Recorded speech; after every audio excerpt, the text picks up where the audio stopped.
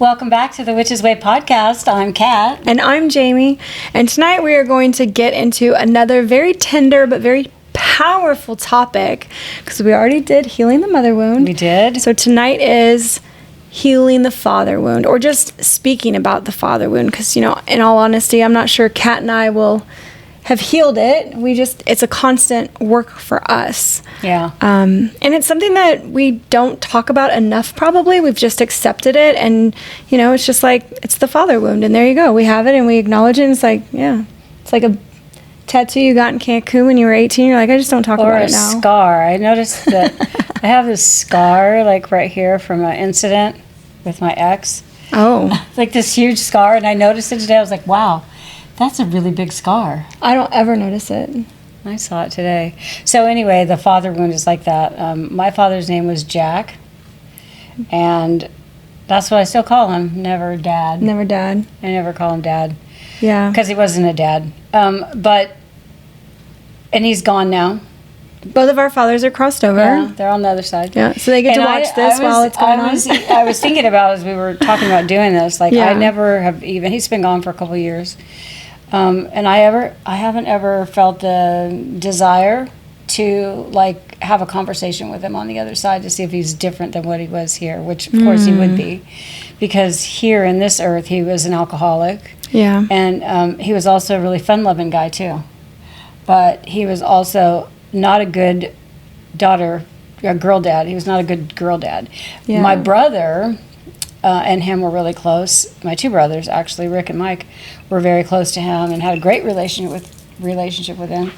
And a cousin of mine is like, Jack was the best, you know, he taught us so much Everybody stuff. talks him up. Everybody talked him up Yeah. and stuff like, but with me, it was a totally different story. Yeah. And I don't know why that was, if it had something to do with my mother and their relationship, or just, he just was not a good girl dad. But anyway. I think, you know, and gosh, I'm probably going to say a lot of generalizing statements that I shouldn't, because I don't know. It's not like I know that many father-daughter relationships. I should just speak really about my own experience and maybe what I've seen with, if I know some actual people in their father-daughter relationships. But I have come across a few dads that find having girls is very difficult for them. They don't know how to connect with them. They don't know what they need. They're afraid to let them down. They're just like, I don't want to treat you like a princess because I want you to be strong. But also, I don't feel like I can actually, like, instill strength in you, because I don't know how to do that. With a boy, it's like you're tough on them, and then they think that instills strength. This is also going to be a lot about parenting. And I mean, think of all the choices that people make. My father was a pilot. He was also a carpenter. That was his life skill. He was a carpenter. He was in the Navy. So all these, like, super hyper masculine things. Yeah. And that's what he passed on to the boys Yeah. and the boy cousins and stuff like that. But so maybe it was that there was nothing that he had. But I would have loved to fly. I would have swung a hammer, but that probably wouldn't have been feasible with a girl out on a construction site. Not in my, not in your the day. 80s anyway. Yeah, not in your day. Not in his day. Not in his mind. It would never. Yeah. You know, there were definitely clearly defined The gender role thing. clearly defined gender roles, and women were. That's something you have to fight housewives. against as well. Yeah, exactly. So there's with talking about a father wound. I mean, depending on what age you are right now, the different experiences that our fathers have had and the men in our lives have had, that makes them a certain way towards the women in their lives. Absolutely, and yeah. I do think that I've tried to meet the men that I've had in my lives, whether they're bosses or friends or coworkers or whatever. I really do try to meet them where they're at in their own experiences. I could try to expect more from them, but I don't need to teach them those lessons. But I think if you're able to have a relationship with your dad, where I know I failed, and we're already jumping ahead to stuff that we have written down, but I never told him my needs. Like, I expected him to kind of understand what I needed. Like, he should know, and I shouldn't have to tell him, which was a really weird thing when I was younger. And so I just kept a lot from him. I was like radio silence for a lot of it, and just let him talk and let him ask questions. And I never offered up information. I never said, Dad, I need you. Or, you know, I wasn't honest about that. So that's my part in facilitating the father wound, you know, and you either could have a part in it or no part in it. You know, we just hope that during the discussion tonight about the father wound, that some of this might resonate with you. We're going to give you ideas to heal sort of the inner child, or, you know, that never goes away no matter what age you are. Our inner child self, where we didn't get the things that we needed, and we don't feel secure in the world in masculine relationships. And in my case, I know, the people that I picked to be in intimate relationships with were me trying to heal what I didn't get from You can see that now. Oh, Yeah. absolutely. Yeah. I was always trying to fix, somebody. And part of that was probably avoiding fixing myself, but the other part of it was like, let me see if I can fix this man, because maybe that will fix the relationship with, my dad. The unwantedness, Yeah.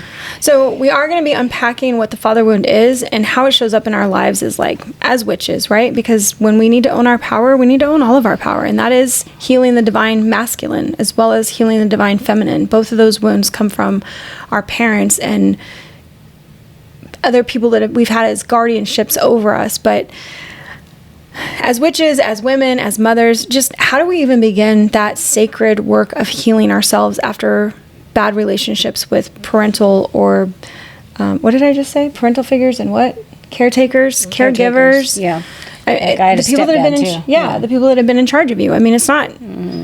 It would be great if there was only one wound. I probably have 3. I have bio dad, stepdad, and a counselor at school that was supposed to be a protector. And when these protectors let you down, when they're a masculine protector that lets you down, it leaves a lot there. Whether it's a gaping hole or stuff filled with like bullshit emotions.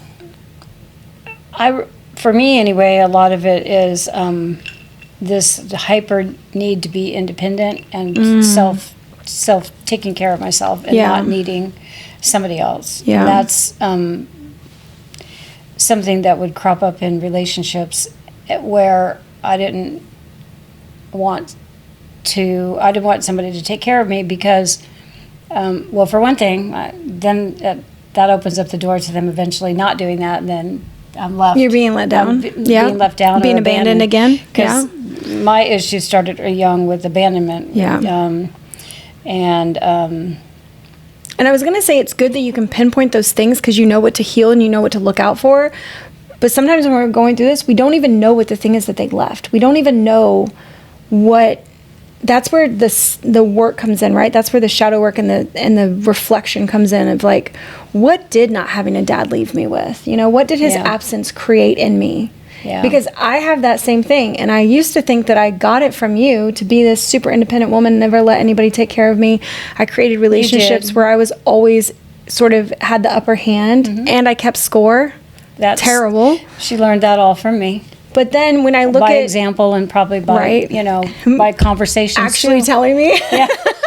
Don't ever depend on Don't ever depend on anybody because you can't trust them. And I think that's ultimately the mistrust in the world. I think that's ultimately what it comes down to is like, when can you allow yourself to trust somebody in this position to be your protector? To be your protector because you've been hurt multiple times probably in your life from it, and that trust, to have that, to be able to trust somebody in that position, that's not a small thing. It's not a small thing. It's really it's scary, and it's really easy to look for things to say, nope, I knew it. No, there it is. There's that behavior. Self-fulfilling prophecies, anyways. And then there's that behavior that I knew was going to happen. Yeah. And, because people can be, good, and then they're not because they have a bad day, and then they say something, and you're like a trigger. Oh man, that's something I remember. There's the leak in the boat. I knew it was coming. Exactly. Yeah. So, well, let's first talk about what the father wound is. And I know that for Kat and I, we're not going to be able to hit on every single point of this, but for you as the listeners, for you guys to get more out of this, if you want to look stuff up, there are so many good websites about this. I mean, I love psychology so much. It's diving into all of these facets of relationships and how they shape us. But the father wound is a deep emotional scar that's left by either absence, neglect, abuse, inconsistencies, or even emotional unavailability. So like you could have had a dad that was there your whole life and everybody's like, oh my God, you have the perfect family. Like your parents stayed married forever. And really the home was this chaotic fighting. They didn't like each other. He slept on the couch, like whatever happened. But in the outside world, it's like, nope, your family looked perfect. It's like, yeah, just You see because my those- dad was physically there, he was emotionally not see there. those a lot. You see a lot. They make of that. movies about him. Yeah. That was one thing I did not write this in my notes, but when I was sort of researching more of how to relate the father wound, do you know that the Harry Potter movie, fucking Star Wars, these are about father issues. Luke, I am your father. I mean, like, Harry not having his parents left him to be this very vulnerable kid, and he didn't have confidence. And they write characters specifically that have the father wound. So it's really interesting that you'll watch a movie and you don't even realize why you connect with a character so much. And it's because it's written about the father wound or possibly the mother wound, like we talked about a couple weeks ago. But yeah, when I started looking at, there's like a lot of famous movies made on that play of this is the father wound. And that's I'm sure the there whole is thing. because, I mean, if you want your movies to connect with people, you got to connect a story Emotionally. that they need emotionally. Yeah, for sure. But the father wound is not necessarily about a bad man. Sometimes, just like we talked about with the mother, like I came to see my mother as the wounded child that she was, and I knew what happened to her. Yeah. And it's the same thing with men. They go through things too. They're just not, society, at least in decades past, didn't allow men to express themselves, to have emotions, to be vulnerable, To have any weaknesses to have whatsoever. weaknesses. They always had to be strong and tough, and so they had this exterior, and then, but they could have been lost or broken or just unequipped to parent. Yeah, young in parents. the way that we needed. My dad was the youngest of 9 kids, and he was born. So he was a oops baby, and because he was born like when my grandparents were like in their early 40s, and so all of his brothers and sisters were way older than him. They were all teenagers when he was born, and then when he was like 8. The next to the youngest kid, Bobby, died in Korea. And that sent my grandparents, from the stories I heard, it just sent them reeling. Yeah. And they really just kind of left Jack. They just couldn't deal with the loss of their son. And, They didn't know how to love the son that was left. and they just didn't. That's so they, tough. So they, Wow. So they kind of like let him. He was left to flounder, and he was young, and they kind of pushed him off on the oldest girl, my Aunt Dixie, and because she will claim, if she was alive, and she did with my brother Mike, I raised your dad, I wiped his butt, and all this stuff, So they pushed him off. The older on sister. the oldest daughter that they had living in the house at the time. And so, I mean, how, an 8-year-old kid, 10-year-old kid, I mean, how are you not going to be fucked up from that? Yeah. That's gonna. He had the wounds. Yeah, he had the wounds, and then the wounds get passed on. So this is like generational trauma.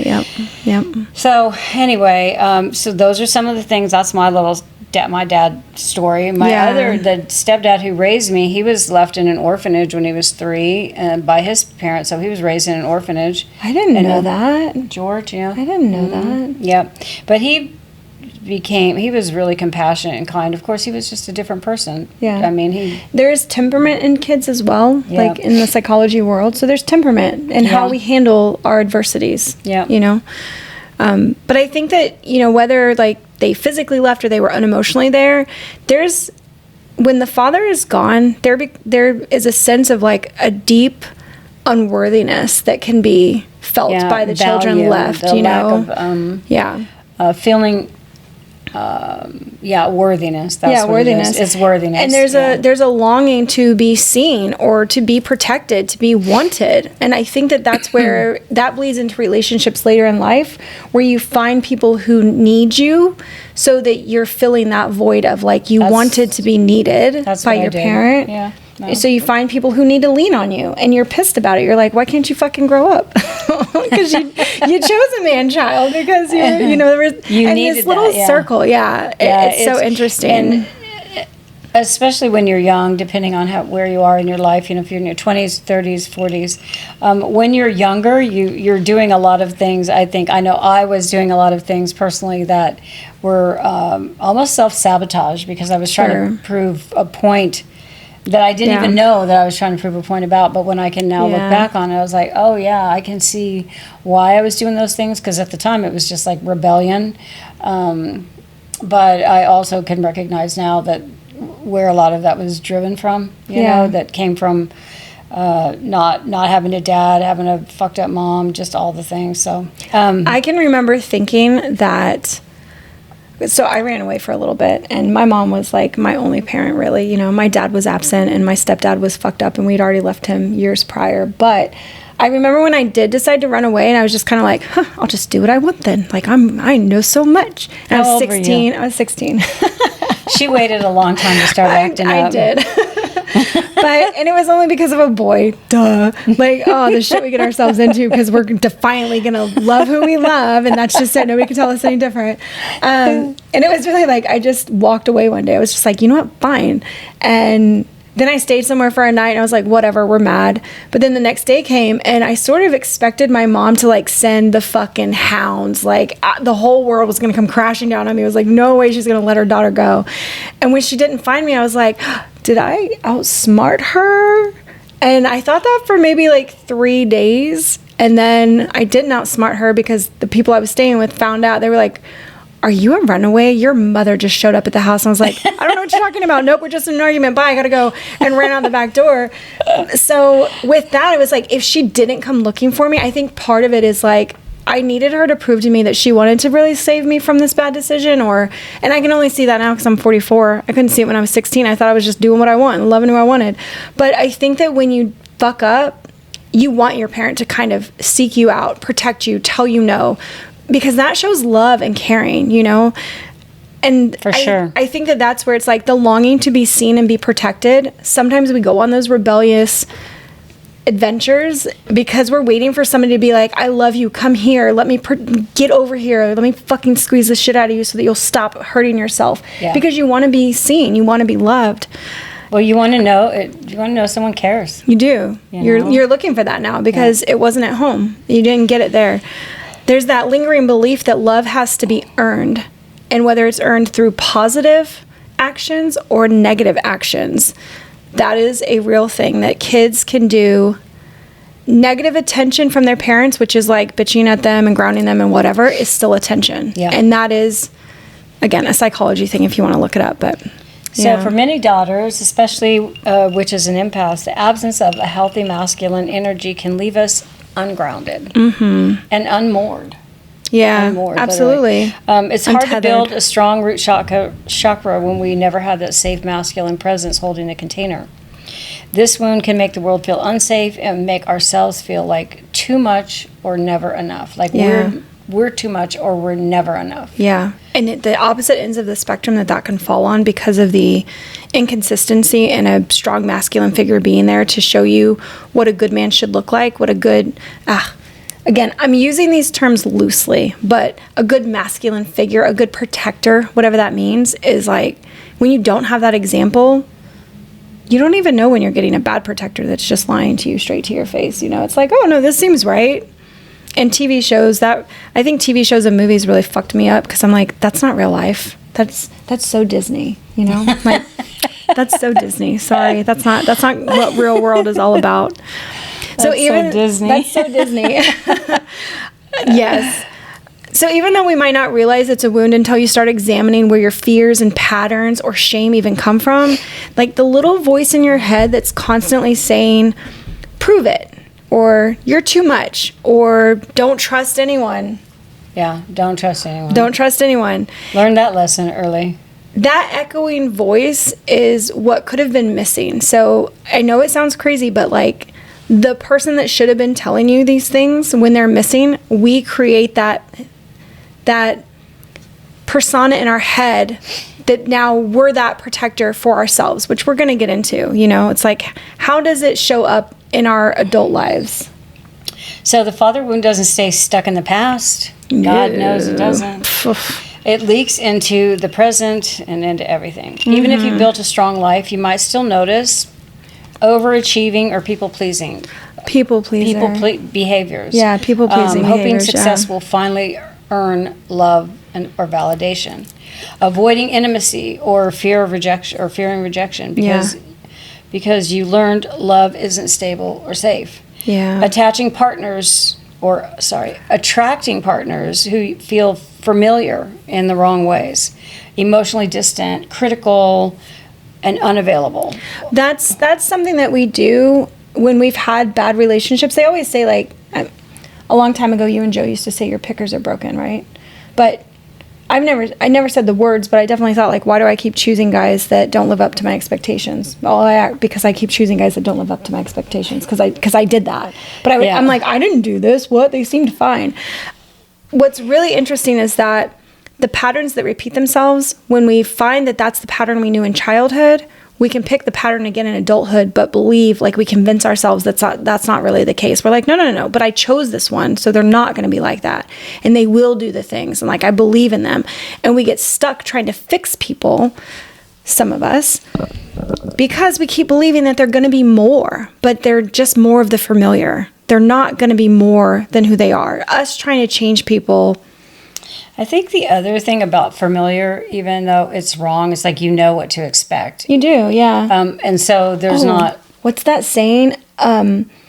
Your brain will always choose... This is with self-talk, but your brain will always choose a familiar hell than an unknown, yeah.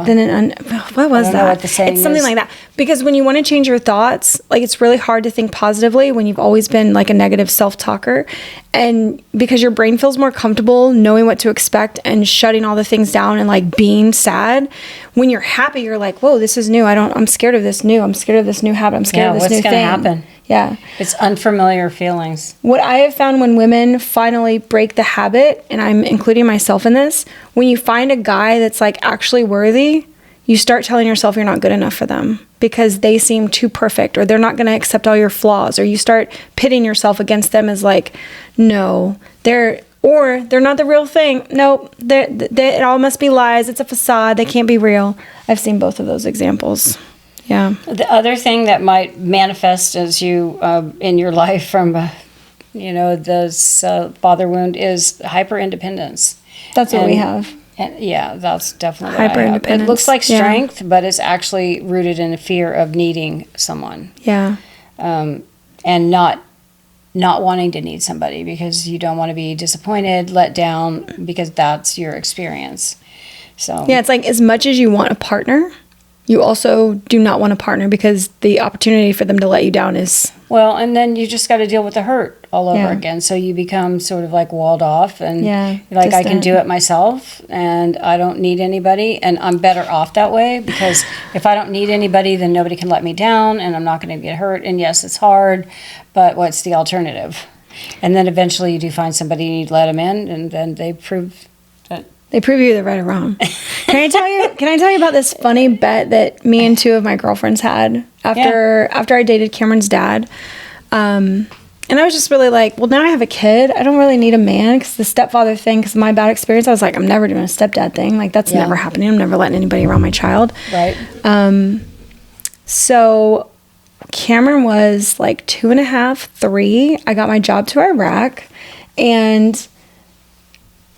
two girlfriends that I had at the time, we all made this, like, really stupid, it's not even a bet, it was just like a contest. A pact? Okay. Not even a pact, actually it was a competition. Truly, one was an Aries, one was a Leo, I'm a Pisces, and I just fell in with it. Okay, so they were definitely like, we're pacting this shit out, 2 fire signs. And I'm like, it's a competition because it was like, who can fucking win it? And you want to know what it was? What was it? Who could go the longest without dating somebody? Oh. Like, and that included sex. You couldn't have casual sex with somebody. And I was like, I'm going to win hands down. You guys don't even know. Like, I'm going to a war zone. Like, I got all this other shit going on. I'm not even meeting people. When I got back from Iraq, I moved just to Florida. Just a bunch of guys there. Mostly guys. Disgusting. Yeah, no, they're all just, they would fuck anything with a hole. So no, there's nothing there. Sorry, that was crude, but it's not wrong. I had to create terrible lies about myself to make myself unattractive there because it didn't matter. It's not about relationships when you're in a war zone. It's about feeling connection and knowing that you could die the next day, that some people went all out. But I started with the rumor that I had herpes, and that didn't work. Are you serious? Yes. And I told everybody they better, like, I had one close friend, and I was like, and if anybody asks you, you better fucking tell them yes. Well, I got called. They don't care. No, they don't care about any STDs. They don't. Unless, well, you can't even go over there if you're HIV positive, so that would be the only one they would care about. But they didn't care about STDs, so then I started telling people that I used to be a man, and then I had surgery, in Thailand, and like everything was fake and all of that. And that proved to be very effective, but it had consequences that I did not expect, where people started talking about my big hands, that they could see my Adam's apple. They were looking for a bulge, because what I said was that I was there on contract duty so that I could get money for like the lower sex change. And I know this is wrong on many levels, you guys, but listen, I'm just a girl trying to survive in a war zone. I don't know. Whatever lies I had to tell, okay? And so when I would be at the gym, men would stare at my crotch. So it didn't make it better. I was actually more of a spectacle. I made it worse on myself. But I mostly stopped getting advances except for one or two. And then I was just like, dude, no. Like, no. That's for Thailand. You're going to need to take it elsewhere. So that was how I won the bet. I won, by the way. Of course I did. Yeah. Oh, well, it's funny that you had a bet to see how long you could go without a relationship. Because sure. I didn't have a bet. I just told myself, like, after my second marriage ended, I was like, I told myself, we were together 6.5 years, and then I was with my first husband for like almost 10 years. And after the second one ended, I was like, well, you know what? I just need to take a break, right? So Yeah. I set a time limit of 5 years of no relationships, Yeah. no dating, no nothing, no checking, none of that. I was just going to work and take care of my kids, and that's what I did. And it actually lasted a little longer. It lasted about 5.5, maybe 6 years before I met somebody. And then when I met someone, man, I went hog wild. Dude, I went like, phew. The floodgates opened. I went so far off the deep end. All of that resisting. All of that. That was all pent up from all of those years. Oh my gosh, that's great. And then I just made like one bad choice after the other. It all came flooding back. I took a 5-year break, but it all came back. And it evidently didn't learn a jack shit, because the first guy I picked was a raging fucking alcoholic, but man, was he fun. That was Rye? No, that was Paul. Paul. He was a lot of fun at first, and then he was the bald-headed one. The bald-headed one. Yeah, I think I remember him once. Yeah, and then there was like a succession of guys after. They were just fun. They were just fun times. Good time. There you go. They were a good time, man. That was my second. I don't know what it was. My second something or another. You know what? I was like, almost didn't have. All the kids were gone. Or grown. Jayme and John were out of the house. Oh no, Jayme and John were out of the house, and Jolene was like 16, and Jolene Yeah. was like in her teenage years, and she was in her older teenage years, and she wasn't driving me crazy. We were finally like friends, so we were partying and stuff. I know. I would be on my ship in the middle of the ocean. I remember calling one time for my mom's birthday. I think I was on the Essex. We were floating around outside of Thailand. And I just like, call my mom. I worked in the Radio Shack, so I had like free calling to anywhere in the world I wanted. And I call, and it is this hootenanny of a party. And I'm just like, I don't even know who the fuck answered the phone. It wasn't anybody I knew. And it's so loud there. And I was like, yeah, I'm looking for Katrina, my mother. Like, what is going on in my home right now? And I'd only been gone maybe 3 years, 4 at the, 3 at the most. Because I went to the Essex year 2. So, 3. So life had changed in little. That was my the Williams 42nd. Home. I think it was we had a big. Wow. I think it was my 42nd birthday, and the guy that I was seeing at the time, he was fun. I always pick the fun ones. The fun ones, yeah. And they distract you the best. Yeah, and we had a huge party at my house. It was a 70s party, so we're all dressed up in 70s, and the music was blaring, and oh my God, there was a trash can in the kitchen filled with every liquor and juice you can imagine, something or another. Yeah. And here I am in the middle of the ocean, just doing circles, like. Just don't even know what to think, you know. But I was happy for you. I was like, wow, my mom is having a good time, because she struggled. I mean, raising kids and being a single mom and how much she worked, 3 jobs and all that. Honestly, when I called, I was like, good for you. Fucking get it, girl. Like, you go do you. You sacrificed enough. Go get it. And then when I came home, I was like, oh, we're partying a bit too much. My brother had taken over the house and painted all of the rooms like black and neon colors, and there were black lights everywhere. And I was like, what kind of trap house did I walk into? Yeah, when I came out of that five or 6 year hiatus of not dating anybody, I probably shouldn't have done that. I probably should have like done something in between that time. Although I did have one like tryst for a while with a guy that I. Never mind. I'm not going to talk about it because I don't know who might Secrets. Okay. Anyway, so yeah. Well, we're talking about all this fun stuff, but we're going to bring it back down to this very, the father wound it's very serious, even though we're being lighthearted about all of it. Yeah, I mean, because at some point you just have to laugh about it. Hopefully you can laugh about it if you've gone through some hard shit in your life. Reflection and you can look helps. back and you can be like, damn. Look at me. Look at that. Look what I did. Maybe I should have thought that through a little more, or I learned something from it, or, at least I had fun. I mean, I was living life, right? I wasn't like sitting at home on the couch watching TV. Being sad, eating bonbons. Something like that. Yeah.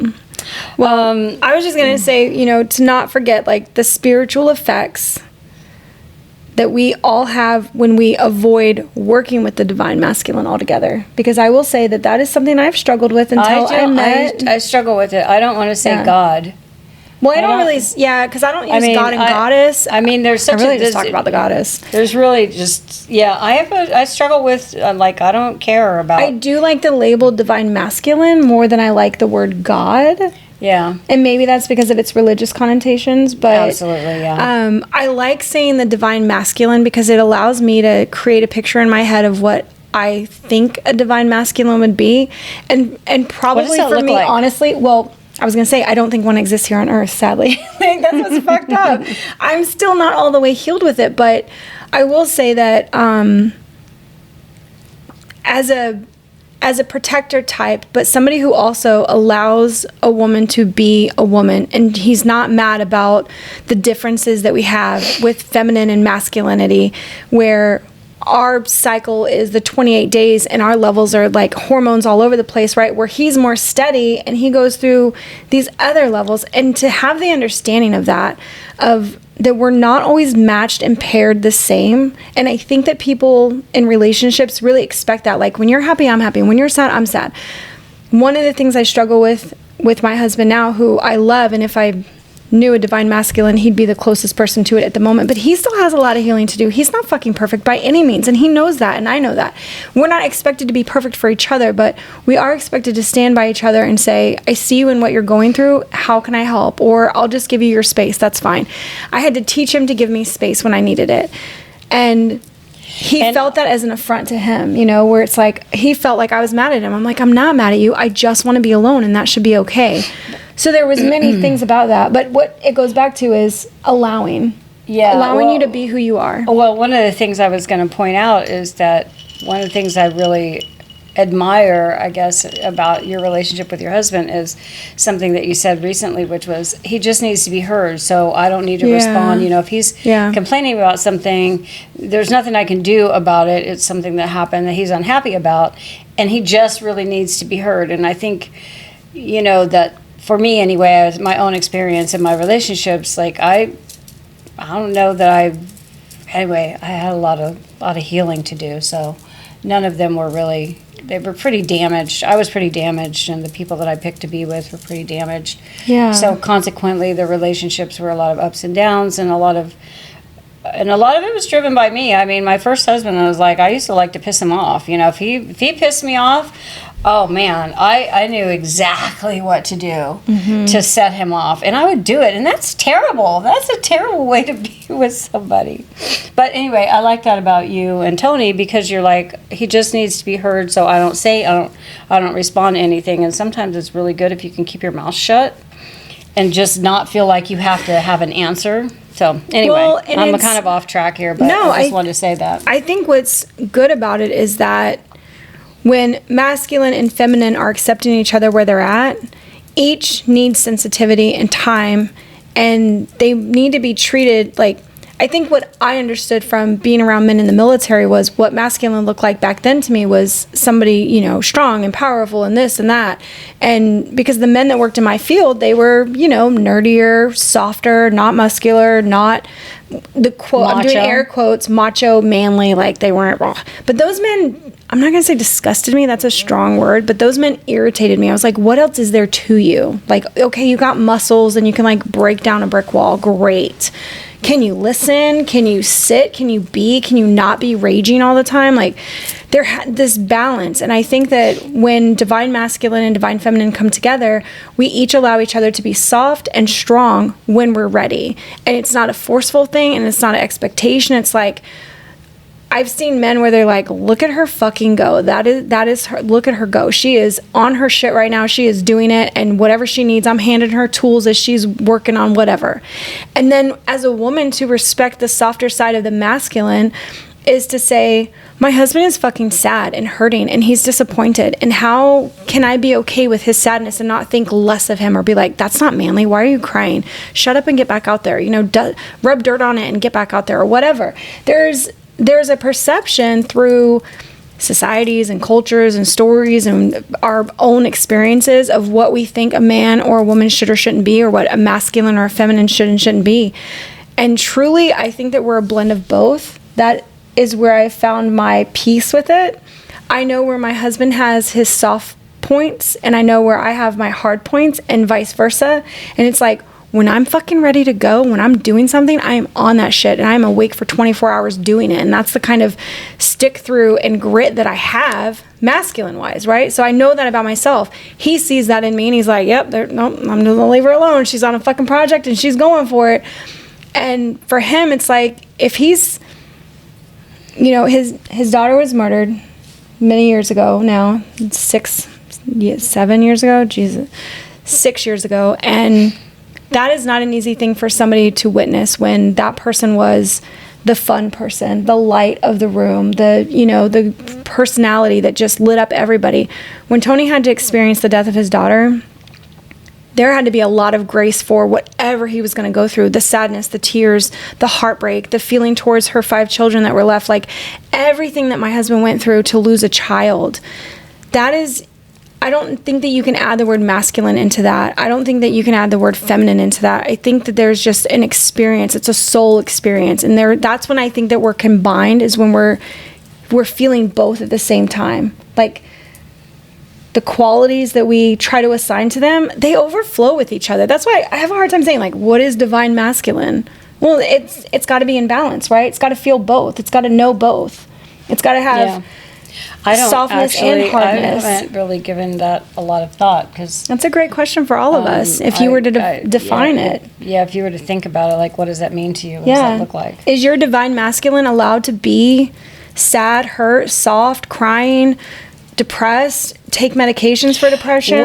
Where does it go? Some in society might term unmanly, which is very unfair. Right. But, it's a societal thing, right? Yeah. I mean, little boys don't cry, boys don't cry. Sticks and stones and all that shit. So, and what do they say about little girls? I don't know. I love that. I don't know either. Well, there used to be why don't I know what they say? It's like, I actually don't know. I can't. If there is something they said about little girls. I was thinking about the whole old culture, like the, See Jane Run type books where it's like little girls. Which is how I learned to read. Yeah, See Jane Run. I know. Dick runs fast. Jane runs fast. Exactly. See Spot jump. Oh, gosh. But, there was this idea of how women should act, how men should act, and how they shouldn't act. Yeah. And like what behaviors were acceptable.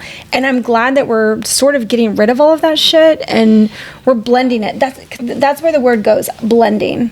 I don't know that it's just one or the other. I actually think we're going through sort of this the transition in our society where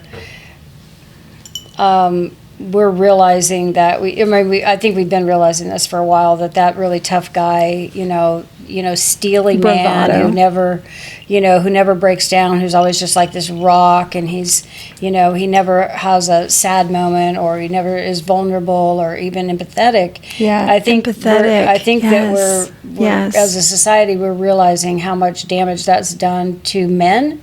Mm-hmm. And how unfair that is for them. Yeah, and how unfair. Yeah, they're human beings. So for unfair. Fuck's sake, they're going to have feelings too, but they haven't been allowed to express them. And I think as a society, we finally realized that that's not healthy.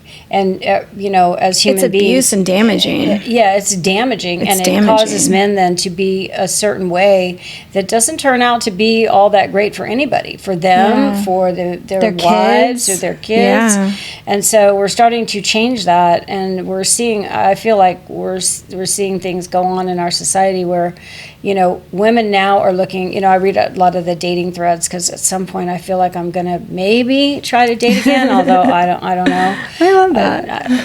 I don't know, but I read a lot of the dating threads, and I'm like, and like women are looking for men now who can be vulnerable, who can be empathetic, who can be more, who can be softer, because the ones that came before that were taught to just be tough, think of what they had to swallow. To be tough. And this is how they ended up drug addicts, alcoholics, abusive, because they had to hold all of that shit in. Yeah. And not only that, but they weren't allowed to go to therapy because talking about your feelings was just as bad as having the feelings. That's admitting them. So the whole thing was just like holding all of this stuff in. And so unfair for them. And, so there is a shift happening slowly, and so we have this like weird thing I feel like going on in society right now where it's like, there's this fight against like what are men going to look like 20 years from now, know? I mean, I know my daughters raise boys. I only have grandsons, no granddaughters. No girls. So my 2 girls had 3 boys. Yeah. And so and they raised them alone. And they were mostly raised around women, which is also interesting. They were raised around women. Yeah. And so as I get to know them, as they're older now, because when they're little, you don't see that much. You see some of their personality, but when they get older is when you really start learning you're starting to see what they're going to be, what their thoughts are, or what their like outlook to the world is. And I see a softness, not in a negative way, but in a compassionate way. I see compassion in them.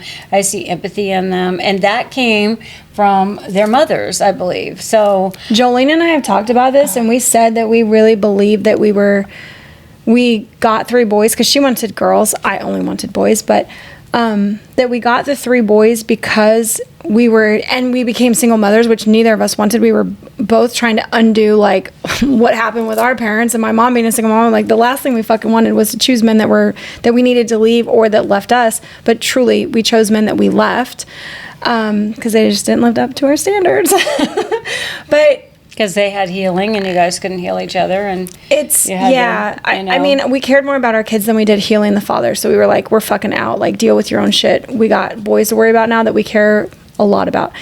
With raising our sons, what we truly believe that we're doing is we're helping aid that shift of compassionate men that then will go forward and treat women with compassion. And the one thing that I remind my son of, it's not always valued for him to be a compassionate man, because his first love was a girl who was very manipulative and all over the place. She was very sweet, and like she put on the front like she everything was the cutest. Oh my god, the they cutest looked thing amazing ever. together. They were also, adorable, like so adorable. We were all like, oh my god, if they have kids one day.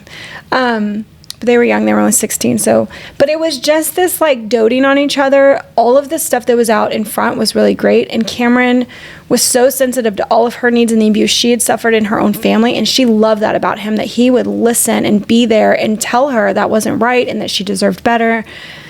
But she also, being an unhealed young woman at that time, treated him poorly, used, abused, manipulated him, called him on so his first experience in love was not great, and I'm trying to not let him be hardened by that. What I'm telling him is people are going to be attracted to you because they do see an empathy in your eyes, because you do listen, because you do understand, because you were raised with a woman, so you can understand when a woman says how she feels. Like, you get that.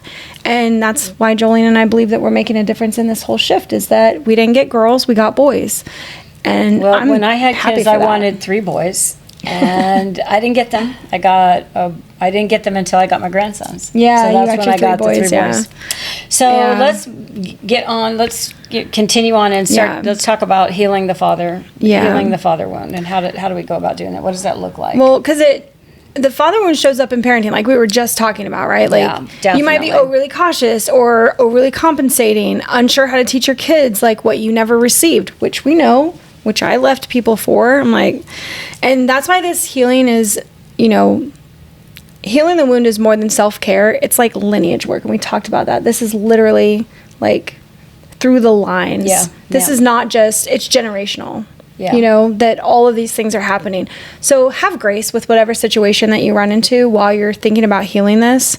Healing the father wound is it's sacred work, and it takes time, and don't rush it. And it's not in one day, and it's not in a couple hours of journaling. That's not it. It's slow and layered and deeply personal. Everybody's story is deeply personal. And and I think it's years. I think you can expect years. Absolutely. I think it's years of living and reflecting and assessing and reflecting and talking about it and having experiences, and then, you know, realizing on reflection when you have certain experiences, you know, how you could have done things differently or why you behaved in a certain way. And each relationship shows you little clues. I do think that each relationship. Recently, not about 6 months ago, I was visiting my brother. So my brother, that we share the same dad, he's the only one that we have the same dad. I had 6 siblings. Six? We were 6 kids, 5 siblings, and then I had a brother that I just found like a few years ago through 23andMe. That was my father's son. But I went to visit him. He lives about an hour from me, and he pulled out a picture of me with my dad when I was about 3 or 4 years old, and I saw this picture of myself, and it was like I was like folded into myself. That's what I perceived from this little girl, you know, that's like 3 years old. Your posture. My whole posturing was like folded into myself, and I just thought about, you know, what I had gone through up to that point in my life. My mother leaving me with my grandmother when I was 8 months old, and then my dad coming and getting me, and then how to, you know, just all this like not normal stuff that little kids, toddlers go through. But I was really struck. That picture really, really struck me as like I could just see my future self in that little girl who was like trying to be smaller, you know, in that particular. Be less than. We said that earlier. That's kind of one of the things. You're too much. Don't be too much. Yeah. So healing the father wound is sacred work. It's slow. Oh, you already said this. Slow, layered. Okay. So how do we begin? How do we begin? Work. Oh, the inner child work. It always.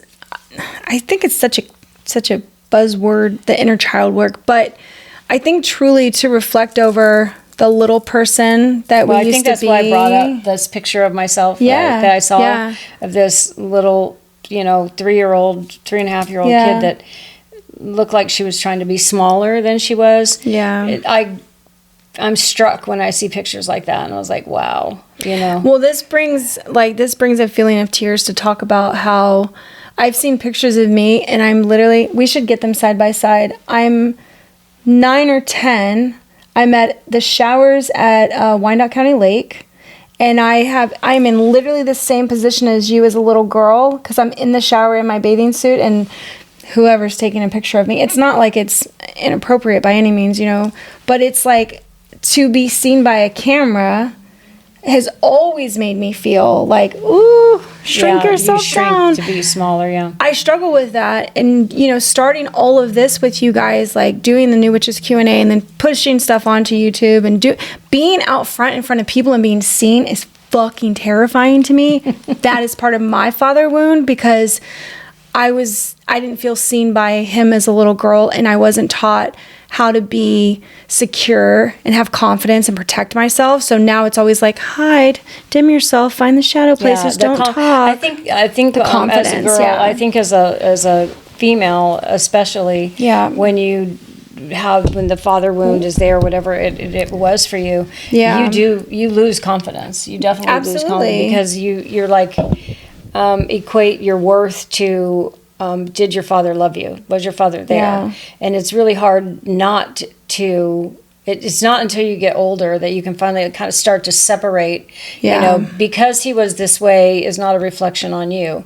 But certainly when you're growing up and when you're young and when you're in your 20s or even in your 30s, you're very much connected to that child who was abandoned or neglected or abused in some way, and blaming yourself.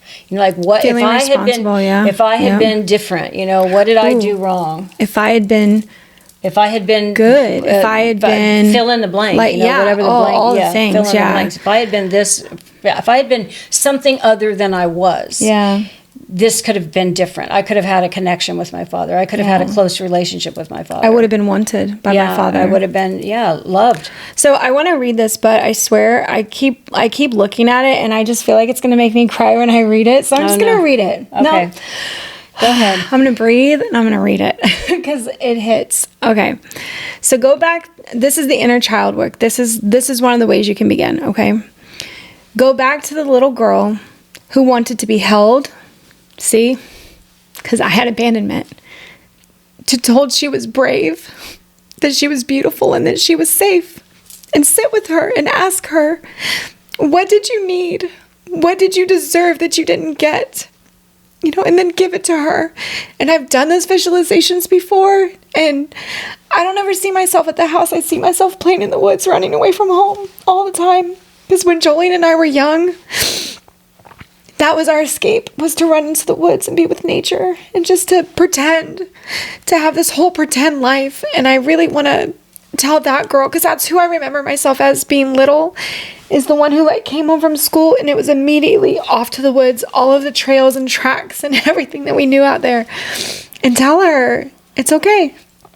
Your imaginary world is okay. Yeah, if you ask yourself those questions or reflect on those, expect tears. Oh God, lots of them. Yeah, it's just. And I love my dad. I got a relationship with him for 1.5 years before he died, after his absence. So, I felt like I did a lot of healing in that time, but I swear to you, sometimes it will never be enough. It still wasn't enough. I still felt gypped. I still felt like I needed more from him or wanted more from our relationship. And I know, it's funny, both of my girls, not so much with my son, I didn't see this, but I definitely experienced with my daughters. They hit a certain point, I don't know, I was 12 or 14 or whatever it was, where they got pissed at their dad. Before then, they were like, I love my daddy, And my husband their dad was incarcerated for a long time, so that's what his deal was. His absence was jail. His absence was that he was a drug addict, and it led him down certain paths and wound him up in prison. And so they spent a lot of time in prison visiting rooms, and so they get to see him once a month on a Saturday for 4 hours or whatever. But what happened, so when they were little, when they were 8 or whatever, 6, whatever, my daddy was the greatest thing in the world, right? He was like the rock star, he was the fun guy. And in fact, they would have preferred him over me and didn't have any problem, at least the younger one, telling me that they wish they had their dad and not their mom. But both of them reached a point and they got pissed off. They woke up one day or came to a point in their life where they looked back and then fuck you, man. Fuck you for not being here. You made these fucking choices and left you chose that over me. Yeah, and they were mad. And they didn't want to talk to him. I wouldn't talk to him, wouldn't take his phone calls. Oh my God. Wouldn't respond to his letters. Went through some shit, both of them, for it took probably 2 years, for them to work through that. Yeah, because I was basically you abandoned me, I can abandon you. Fuck you. You know? They did the whole... I did. You remember that, don't you? Of course I do. I remember being pissed at him, and I remember thinking, I hope it does fucking hurt you that you don't talk to me, because you know what? You're not there for me. And you chose that life over being with your kids. That's your fucking fault. Deal with it. I had to have those angry feelings, and I was glad during that time that I didn't turn to being really out there with boys, because that was what a lot of girls my age did, that when they figured out that their fathers were pieces of shit and they were like, fuck him, I'm gonna, and so their sense of confidence and security, there was this really warped thing where they were just like, fuck it, I'm overly confident, I'm going for the world, I'm gonna own it, I'm gonna be a man, I'm just gonna go out there and sleep with as many people as I want to. Whereas, that interfered with their safety. That wasn't safe for them to do. If their father had been there, they would have been like, this is not good for you. Let's be real. Yeah, you know, later it's when you think about it, to your psyche when you do that. I know there was a point in my time. But it feels like control.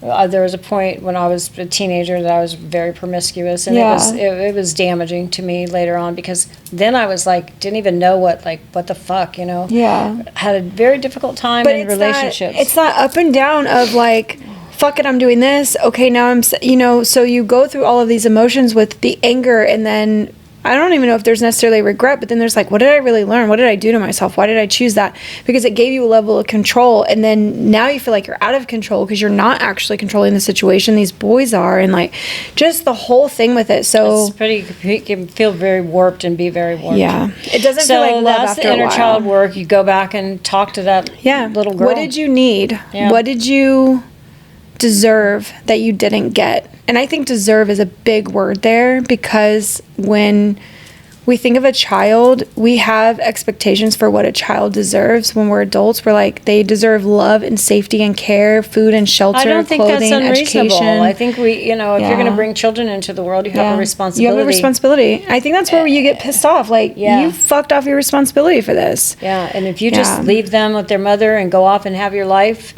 and they're like, what the fuck? What is wrong with you?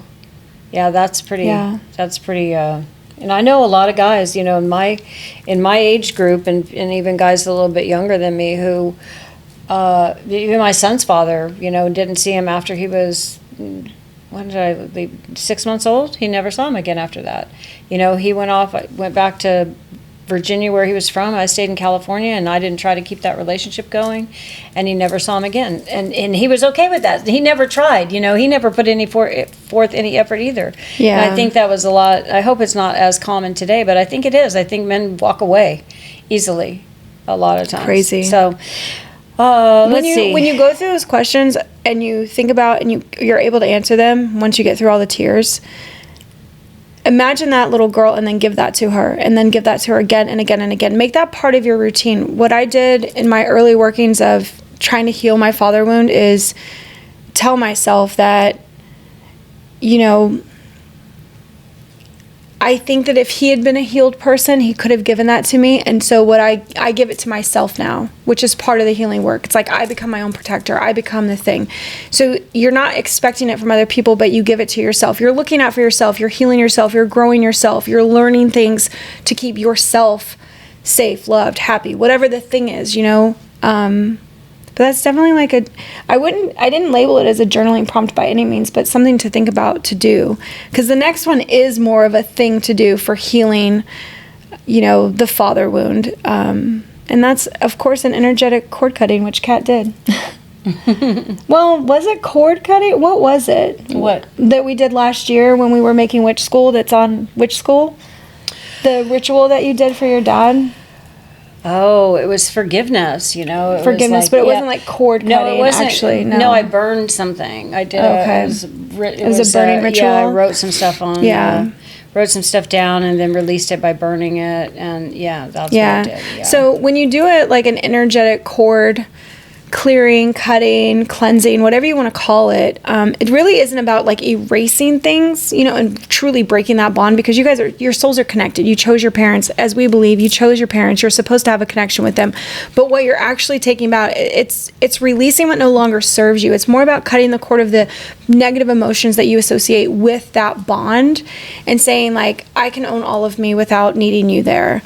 You know, so you use a ritual or a visualization to cut the cords of the guilt, because we have our own guilt around not being worthy enough, about not, or being too much, you know, being difficult child, or, you know, God, when ADHD first came out, I remember, you know, they started diagnosing kids with ADHD early and putting them on like Ritalin in the 90s, right? Like that became a new thing for boys, which I thought was really fucked up. It was like, oh, now they all have these disorders because they're hyperactive. What? They're boys and they need to be outside doing shit. But so you have guilt of like not being enough or being too much for parents to handle. You know, and then like the longing or the obligation of it, you can still hold on to love and let go of the pain at the same time. Yeah, I think the release is really a release for you. It's not. It is, It's for you to let go. It's personal for you. Yeah, it is. It doesn't. it's all of the fucked up feelings that It could be carried release of around, anger, yeah. that you've carried around like your whole life from Yeah. shit that happened to you in your childhood and in your older years. That you might hold your absent parent responsible for, Yeah. the father wound responsible for. And Yeah. it's letting go of that. So that's what that would be about. So we do have some ritual suggestions. Yeah. One is to write a letter to your father. You know, what you wish he'd said or what you wish he'd done, you know, and then burn it with intention burn it with intention or bury it to give it back to the earth. And burning is what I did in the when we did the spells for the witch school. Yeah, the rituals. That's what I did. I did a burning spell. So that's something that you can do. I like to burn stuff. And then so the next one is candle rituals. So you can do a candle ritual to honor your inner protector. Yeah. And dress the candles with things like herbs like cedar, frankincense, and rosemary. Now, Yeah. tell me, because I'd have to pull out one of my books to know the meaning of each of the cedar, frankincense, and rosemary. But why are they good for this particular candle ritual when you're wanting to honor your inner protector? So I'm going to start with rosemary because it's one of my favorite herbs. Rosemary is such a great herb. So rosemary has to do with the memories of stuff, you know? So it's also called water by the sea. So it's about, with water you have emotions, you know, the ocean is there, like it's this mistful plant. It's originally from the Mediterranean, so it grows in that environment of sort of heat and warmth and ocean salt and wetness. That's how I think of it when I think of rosemary. But having to do with the memories, that is to remember who we truly are. Remember, we're not just this life. I'm not just Jayme. I am hundreds of lives before this. My soul is much older than my one life where I'm 44 right now. This is a blip in my soul's life. And for Kat, it's the same way. And for all of you, it's the same way. We're not just this one lifetime. We're many lifetimes. So your inner protector goes back thousands of lives maybe. So that rosemary can really bring forward the old memories of your old lives and show you the protector that you've been and you know, sort of why you're here. I think that the tunnel of forgetfulness, when we come and we're born, we can still tap into the old lives. I mean, there's past life regressions and all the things. And I think that rosemary helps drum up that I've been other people before. I've been strong before. I've been the protector before. So bringing in rosemary for that. Frankincense helps connect you with the divine essence in my mind. Like that's what I wrote it as. So when you are burning frankincense, whether you know what I have as frankincense, it's just incense things. Incense? The incense sticks. Yeah, that's it. Like that's what I use as my frankincense. And that connects you to the old ways. It connects you to, I don't want to say we're memories. kind of tapping into with these, and I'm guessing cedar is probably in the same. We have to come to some of the same properties, healing right? with the breath. Yeah, definitely. So I mean, you're tapping into this, you know, something that is beyond where you are right now. Beyond this deeper and bigger and bigger, just your spiritual, the spiritual side. Yeah, those are all very spiritual herbs. Yes, definitely. So another thing we can do is call in divine masculine archetypes that feel safe and sacred. I don't know how to say it. I know Odin, but Kronos. what is this? Yeah, it's Kronos. It's not spelled like it sounds. I know. Don't look at it. It's CERNUNNOS. That's Kronos. I thought it was with a K. No, it is, but that's Greek versus Roman. Okay. Don't worry. So, and then Odin. So divine masculine archetypes. I'm sure there are many out there. The Green Man is actually who I should have said because that is probably who I relate with more. I could get down with the Green Man just because he's the Green Man. You know, he's the Green Man, and you know the whole nature thing. Like he's covered in leaves and stuff, and I'm like, I could just fall into that. I feel like I could fall into that. So that would be that is something when I think of it that I could automatically. I feel like I could trust immediately. Yeah, you know, just because I like the depictions of his forest face and like I like the mask that he wears. Nature. He's wrapped in Mother Nature for fuck's sake. Yeah, you know, how could you not trust that? For fuck's sake. Or let's see, so Odin, or even the energy of the sacred father in nature, which is the Green Man. That's who I would list. But I do like Odin. I will just say, Odin was, if you guys know the story, he sacrificed himself to bring knowledge to the world. So I think that there's just an element of him that is like women in some regards, where it wasn't self-sacrificing. We just do that. But he, he hung on the tree for whatever days and got the wisdom and brought forth the runes and gave up his eye. And also, I've never ever announced my witch name before anywhere, and I'm not going to necessarily say it now, but there is a god. So Odin was really, he's not perfect by any means, and I think that's why I like him. He's sort of like a dick and then also really good sometimes. And I can connect with that. I'm like, you're on your path, you're doing your things. Like, he's very, in my mind, he's very human. But he wanted the knowledge to always be with him, and so he killed this god named Miramar, and he carried around the head, and because it's fucking Norse mythology, the head still talked and gave him all the knowledge that he wanted. And Miramar is a name that I connect with because I'm heavily mental, airy, very much that Virgo, know everything, analyze, all of that, and Miramar connects with that. So Odin is always this funny character where I imagine him needing me by his side to give him all the information, because he's just like kind of this brute that's trying to get through the world but needs somebody who is wise. Yeah, I don't know. I guess that's why I picked Odin. And I thought you were going to say Miramar because there's a naval base. There's a base in San Diego, Miramar. I do know that. Yeah. You remember that? I do. That's where we're from. Miramar. So it connects. It just connects. Yeah. I don't know. The Odin, the Norse mythology. I love it. It's brutal and yet kind of funny. It has funniness to it. Yeah. So healing doesn't mean forgetting. Doesn't mean forgetting. Choosing to live unburdened. Yeah. Every spell, journal entry, and moment of self-compassion is a thread in the tapestry of your healing. That's what we mean when we say it doesn't take a day. It's not one journal entry. It's not a month. No, it is so over time. And you pick it up, you put it down, you pick it up, you put it down, like every good thing in witchcraft practices. You get on it, you're stuck on it for like a month, and then you don't see it again for 2 years. That's okay. That can be the father wound, the masculine, the divine masculine. You don't always healing. need to be dwelling in it because it's heavy. It's too much. You need to have fun still too. Yeah. You need to live. You need to live. You need to get out there and live. And I think that's where the last part that we wrote is something that was really important for me to decide on, but becoming the protector that we need for ourselves. Yeah. When you've done the work to feel, face, and begin to heal your father wound, something sacred happens. You become the protector that you never had. And that doesn't just change your life, it changes your legacy. Yep. To begin with, say the words your father never could. I'm proud of you. I've got your back. You're safe. And say this in the mirror if you can.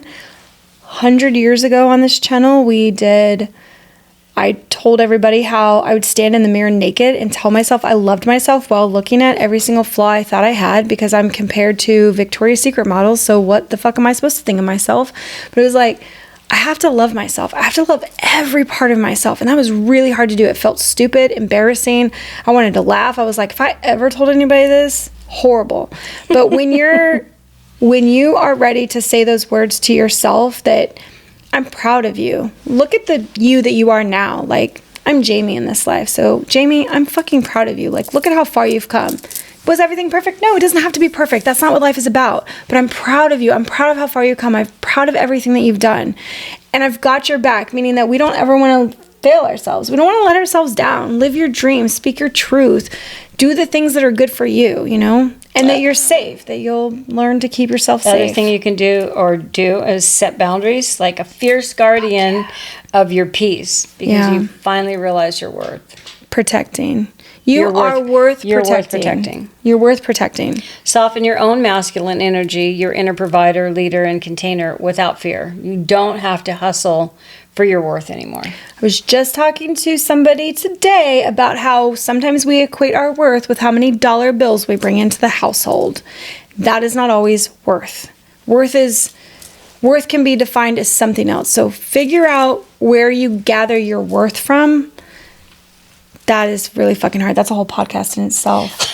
My God. Because we're so connected to, like, if we make money, our jobs, our education, like, who are we? We are those things, and that's what our worth is. How many friends we have, whatever. I'm close. I'm probably three or 4 years from retirement, and my whole everything is my work, right? Your identity. My identity is my work. And I get, even though I would love to not work, I'm not independently wealthy, so I'm going to continue to do that. But then once I don't work, when I get to that point and I don't have this job anymore, like, what happens? What happens then who at are that you? point? Like, who do you say you are? Yeah. When somebody's like, "Oh, tell me about yourself." Well, I'm just going to do a lot. I'm going to do a lot of gardening, and plants are going to become my whole. I love that. Plants are going to become my whole thing. That's your whole personality now. Everything. Yeah, it's going to be my everything. I'll probably be like I sell plants on Facebook Marketplace. Yeah, exactly. That's what I was going to say. I'm going to do cuttings and have like a whole backyard full of pots. I'm going to teach people about plants and pollinators. That's what I'd like to spend more time with. So I'm like, I'll just gravitate to that and join a garden club or something. And we'll start the garden club, Mom. That's what we can do. Okay. I lost my spot now. You're right under. All right. Did you find your spot? Yep. So the next thing to say about becoming the protector that we need for ourselves, we become the protector we need. We're in charge of guarding our boundaries. For mothers, this becomes generational alchemy. And like I said about my son and my 2 nephews, like my sister and I really believe that this is what's happening. The generational alchemy, you learn to show your children what stable love feels like. Not conditional love where it's like, do good or I fucking won't like you. Be quiet and pay attention and do everything I say or I won't like you. No, love is unconditional. That's what stable love is. Even if you've never had it. And I learned to do stable love by reading a lot of books, a lot of self-reflection, a lot of going over shit, and realizing what unstable love looked like. Sometimes the best way to know what you want is to know what you don't want. To know what the opposite of that thing looks like, then go with the other thing. It's also to be emotionally available and safe, even while still figuring it out. I admit to my son that I don't have all the answers. I think that that's a really important thing to do as a leader, as a person who loves somebody, is to say, I don't have all the answers, but I'm still here for you. I'll do what I can. I'll try with you. We can explore this together. Teach your kids, and especially your daughters, but also your sons. Sorry, we need this. We need all this. Yeah. They don't need to shrink to be loved. They don't need to perform to be accepted. I don't need somebody going through the motions to please me so that they feel loved. I think that that's a really important thing. Yes, Mr. Is that my dog? That okay. Mr. Tinkers is whining. He says it's time for his walk. He might have to go to the potty. Yeah. Okay, this work rewires your nervous system. It rewrites the family spell book. Yeah. You're no longer wounded. You're no longer the wounded one waiting for someone to show up. You are the one who shows up. Yes. For yourself, for your inner child, for your lineage, and for your future. Absolutely. And when you become that protector for yourself, the world starts to feel less threatening because you believe in yourself. The divine masculine becomes a teacher, not a trigger. And life begins to feel safe to be fully lived, like living out loud, being the person that you want to be. You don't have to carry your wound alone. You don't have to be unprotected forever. Whether your father was a ghost, a storm, or just didn't know how to love you, you get to choose how the story continues. We love you guys so much. And until next time, witches, stay wild, stay witchy, and stay rooted in your power. All right. Love you guys. Bye, witches. Bye.